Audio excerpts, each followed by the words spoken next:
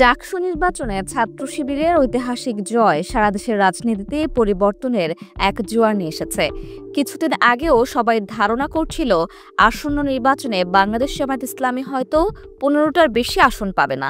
অথচ প্রচলিত সব চিন্তাভাবনা উল্টে পাল্টে দিয়েছে ডাকসু নির্বাচন।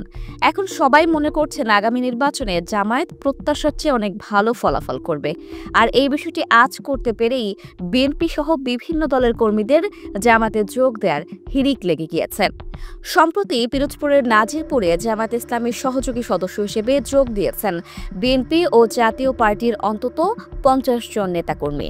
জামায়াতে যোগদানকারী স্বেচ্ছাসেবক দলের সাবেক নেতা ইসরাফিল হাওলাদার বলেন, আমি একজন মুসলমান, সমাজে দিন কায়েম করা আমার কর্তব্য। আমি চাই দেশে ইসলাম কায়েম হোক।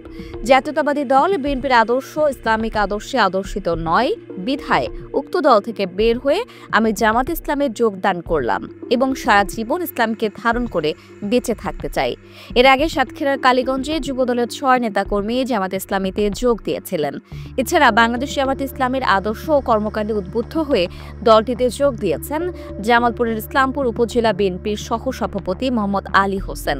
তিনি প্রায় 30 বছর ধরে বিএনপির রাজনীতির সঙ্গে যুক্ত ছিলেন। আলী হোসেন বলেন, আমি দীর্ঘদিন বিএনপির রাজনীতির সঙ্গে যুক্ত ছিলাম। জামায়াত ইসলামের আদর্শ কাজকর্মে উদ্বুদ্ধ হয়ে দলটিতে যোগ দিয়েছে।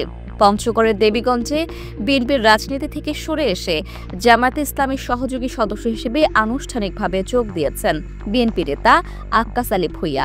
এ সময় তার সঙ্গে আরও 20 থেকে 30 জন ব্যক্তি জামায়াতের সহযোগী ফরম পূরণ করেন বলে জানিয়েছেন সংশ্লিষ্টরা।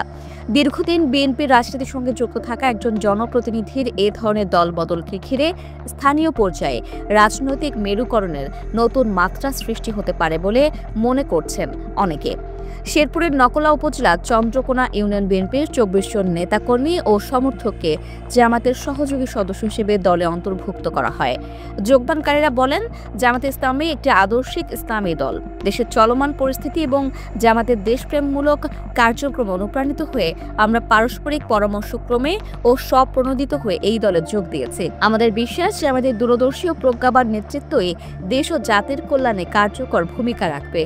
তারা আরও বলেন, আজকের বাস্তবতায় জামাতই একমাত্র নিরাপদ রাজনৈতিক প্ল্যাটফর্ম, যা দেশের কল্যাণকামী নাগরিকদের আস্থার প্রতীক হয়ে উঠেছে।